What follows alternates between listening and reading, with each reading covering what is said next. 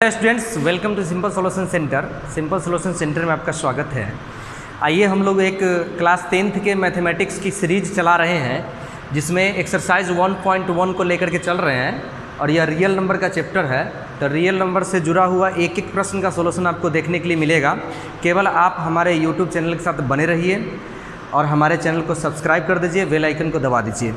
आइए हम देखते हैं एनसीईआरटी के एक्सरसाइज 1.1 के चौथा प्रश्न है। चौथा प्रश्न है कि यूक्लिड विभाजन प्रमेयिका का प्रयोग करके दर्शाइए कि किसी धनात्मक पूर्णांक का वर्ग किसी पूर्णांक m के लिए 3m या 3m+1 के रूप का होता है। सबसे पहले बात कहा गया यूक्लिड विभाजन प्रमेयिका का प्रयोग करके, जो कि आप जानते हैं यूक्लिड विभाजन एल्गोरिथम जिसको हम कहते हैं। यूक्लिड विभाजन एल्गोरिथम में हम लोग पढ़ते हैं भाज्य बराबर भाजक गुण्य भागफल जोड़ शेष, अर्थात a बराबर bq+r। उसी से हम चलेंगे। तो सबसे पहले हम क्या करते हैं, मान लेते हैं कि माना कि a कोई क्या कह रहा है, किसी धनात्मक पूर्णांक। तो उसी हिसाब से मान लेंगे a कोई धनात्मक पूर्णांक है, जो कहा जाए उसको मान लेंगे। a कोई धनात्मक पूर्णांक है तो क्या लगाना है, यूक्लिड विभाजन प्रमेयिका। तो यूक्लिड विभाजन प्रमेयिका से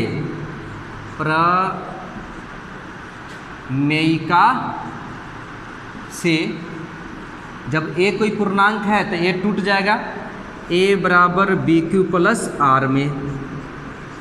ठीक है, अब हम क्या करते हैं, ये यूक्लिड विभाजन प्रमेयिका है जिसमें a बराबर bq+r हो गया।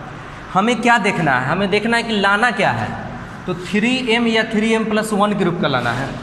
जब 3 लाना है ना, तो इसलिए यहाँ पर हम b का मान 3 रख देंगे। यहाँ अगर 4 लाना होता तो 4 रख देते, तो इसलिए लिखेंगे b बराबर 3 लेने पर, अर्थात a बराबर हो जाएगा 3q+r। इसका मतलब ये हुआ कि r का मान जब भी होगा तो 0 के बराबर होगा, नहीं तो 0 से बड़ा होगा, लेकिन भाग देने वाला 3 से छोटा होगा। इसका मतलब हुआ कि r का मान हो क्या कर सकता है, तो 0 के बराबर यानी 0, 0 से बड़ा तो 1 2, लेकिन 3 से छोटा तो 0 1 2 ही होगा। इसको समझना ज़्यादा ज़रूरी होता है कि हम r का मान 0 1 2 क्यों लेते हैं, क्योंकि 3 से भाग दे रहे हैं तो हर हाल में शेष 3 से छोटा बचेगा। अगर पूरा भाग लगेगा तो शेष 0 बचेगा, तो 3 से छोटा बचेगा तो क्या बचेगा, 2 बचेगा, 1 बचेगा, नहीं तो 0 बचेगा। तो इसी को हम डाल देते हैं कि a बराबर क्या हो सकता है, 3q, r का मान डाल दीजिए 0 तो 3q+0 या 3q+1 या 3q+2, ये a का मान हो गया। लेकिन हमको क्या करना है, उसका वर्ग, पूर्णांक का वर्ग। तो वर्ग तो हुआ नहीं है, तो अब क्या करते हैं, दोनों तरफ वर्ग कर देते हैं। लिखते हैं दोनों तरफ वर्ग करने पर, दोनों तरफ वर्ग करने पर लिखते हैं। तो देखिए a पर अगर वर्ग करेंगे तो यहाँ देख लेते हैं, इधर a पर अगर वर्ग करेंगे तो क्या हो जाएगा, a² बराबर हो सकता है 3q+0, 0 जोड़ेंगे कोई फर्क नहीं पड़ेगा, तो डायरेक्ट 3q का स्क्वायर या 3q+1 का स्क्वायर, या क्या लिख सकते हैं 3q+2 का स्क्वायर। यहाँ आप देख सकते हैं। अब हम बारी बारी से लेंगे कि a² बराबर लिखेंगे, जब a² बराबर 3q का होल स्क्वायर। इसका मतलब क्या हुआ, तो 3q का स्क्वायर को हम 9q² लिख सकते हैं, और 9q के स्क्वायर को हम फिर क्या लिख सकते हैं, चूँकि हमको 3 के रूप में लाना है तो 3 कॉमन ले लीजिए। अब बाद बाकी जो बचेगा, 9 में से 3 कॉमन बचेगा, निकलेगा 3 और q रह गया, तो q² 3q का स्क्वायर बच गया। अब क्या करेंगे, 3 और इतना के जगह पर m डाल देंगे। क्यों, क्योंकि m के रूप में लाना है। लिखेंगे जहाँ आपको m बराबर हो गया 3q², जहाँ m बराबर 3q² आ गया। अब क्या करते हैं, इसको ले आते हैं, फिर लिखेंगे फिर a² बराबर, ये भी तो है 3q+1 का होल स्क्वायर, इसका मतलब हुआ कि ये a प्लस बी को होल स्क्वायर पर तोड़िए तो 3q का square plus 2 into 3q plus 1 sorry 3q into 1 अब प्लस 1 का स्क्वायर 3 तिहाई 9q स्क्वायर प्लस 2 तिहाई 6q प्लस 1। अब क्या होगा, ये हमको तो इस रूप में लाना नहीं है, हमको इस रूप में लाना है, नहीं तो इस रूप में लाना है, या तो 3m लाना है और नहीं तो 3m प्लस 1 लाना है। तो देखिए इसमें से हम कोशिश करते हैं कि टोटल में कॉमन हो जाए। कितना, तो 3 होना चाहिए कॉमन हर हाल में। तो 3 कॉमन यहाँ हो सकता है, यहाँ हो सकता है, लेकिन यहाँ तो नहीं होगा। यहाँ नहीं होगा तो केवल इतना का कॉमन कर लेते हैं। इतना का कॉमन करेंगे तो क्या बचेगा, 3q स्क्वायर और 3 दूना 6 2q, आई बाहर में प्लस 1 रह गया। कॉमन तो इतना ही से हुआ। आगे हम क्या कर देते हैं कि 3 और इतना के जगह पर हम फिर कितना डाल दें, m और प्लस 1 लिख देंगे यहाँ पर कि जहाँ m बराबर यही हो गया, ये जो कॉमन हुआ वही हो गया 3q स्क्वायर और प्लस 2q, ये m का वैल्यू हो गया। उसके बाद एक और बच रहा है आपको 3q प्लस 2 का होल स्क्वायर। तो इसमें आ जाइए फिर 3q प्लस सॉरी यहाँ पर लिखेंगे a स्क्वायर बराबर 3q प्लस 2 का होल स्क्वायर। ये भी हो जाएगा 3q का square whole square plus 2 into 3q plus into 2 और प्लस 2 का स्क्वायर।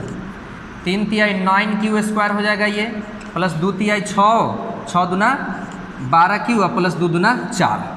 चलिए यहाँ तक आ गए, यहाँ तक आ गए। इधर जगह कम है, हम इधर बना देते हैं। अब देखिए यहाँ तक आ गए तो ये क्या आए हैं, a स्क्वायर बराबर आए हैं, पूरा बात हम लिख लेते हैं दोबारा से, 9q स्क्वायर प्लस है 12q और प्लस 4 है। अब यहाँ मामला फंस जाता है कि इसमें यहाँ तक अगर ये तो टोटल यहाँ तक 3 कॉमन होगा नहीं, और 3 कॉमन नहीं होगा तो उस स्थिति में इतना कॉमन लेंगे। अगर इतना कॉमन लेंगे तो 4 बच जाएगा। 4 नहीं बचना चाहिए, बचना चाहिए तो 1 ही बचना चाहिए, नहीं तो नहीं बचना चाहिए। तो इसके लिए थोड़ा सा हम ऑपरेशन करेंगे। क्या ऑपरेशन करेंगे कि ऐसा कर देते हैं, 4 को ऐसे तोड़ देते हैं जिससे 3 कॉमन हो जाए। यानी 4 को हम लिख सकते हैं, देखिए 9q स्क्वायर प्लस 12q, और 4 को लिख सकते हैं 3 प्लस 1, लिख सकते हैं कि नहीं। 4 को हम लिख सकते हैं 3 प्लस 1। तो इतना में से हम कॉमन ले लेंगे, इतना में से क्या कॉमन ले लेंगे, 3। तो 3q स्क्वायर प्लस 3 चौका 12 4q, और यहाँ प्लस 1 हो जाएगा, बाहर में 1। इतना के जगह फिर m डाल दीजिए, तब बराबर हो गया 3m प्लस 1। कहाँ से क्या आया, तो लिखेंगे क्वेश्चन में, जहाँ m बराबर 3q square plus 4q plus 1। एक सवाल आप लोग के मन में उठता होगा कि एक ही m का मान कभी इतना ले लेते हैं, कभी यहाँ पर अलग ले लेते हैं, कभी इतना। m तो वही है। तो m क्या है, m कोई ना कोई पूर्णांक है, हर बार में पूर्णांक बदला हुआ है। m का मान समझ लीजिए कोई पूर्णांक है, यानी कि 3m लिखने का मतलब हुआ कि 3 को कोई पूर्णांक, यहाँ कभी 4 होगा तो 4 तिये 12, कभी 3 होगा तो 3 तिये 9, तो m का अलग अलग मान होगा, इसलिए हम डाल देते हैं। तो जब आ गया, देखिए 3m प्लस 1 आ गया यहाँ पर आपको क्या आ गया, यहाँ भी 3m प्लस 1 आ गया, एक और आपको 3m आ गया। अर्थात इस पूर्णांक के वर्ग को हम किए तो 3m या 3m प्लस 1 के रूप में टूट गया। तो हम कह सकते हैं कि अतः किसी धनात्मक पूर्णांक का वर्ग 3m या 3m प्लस 1 के रूप का होता है।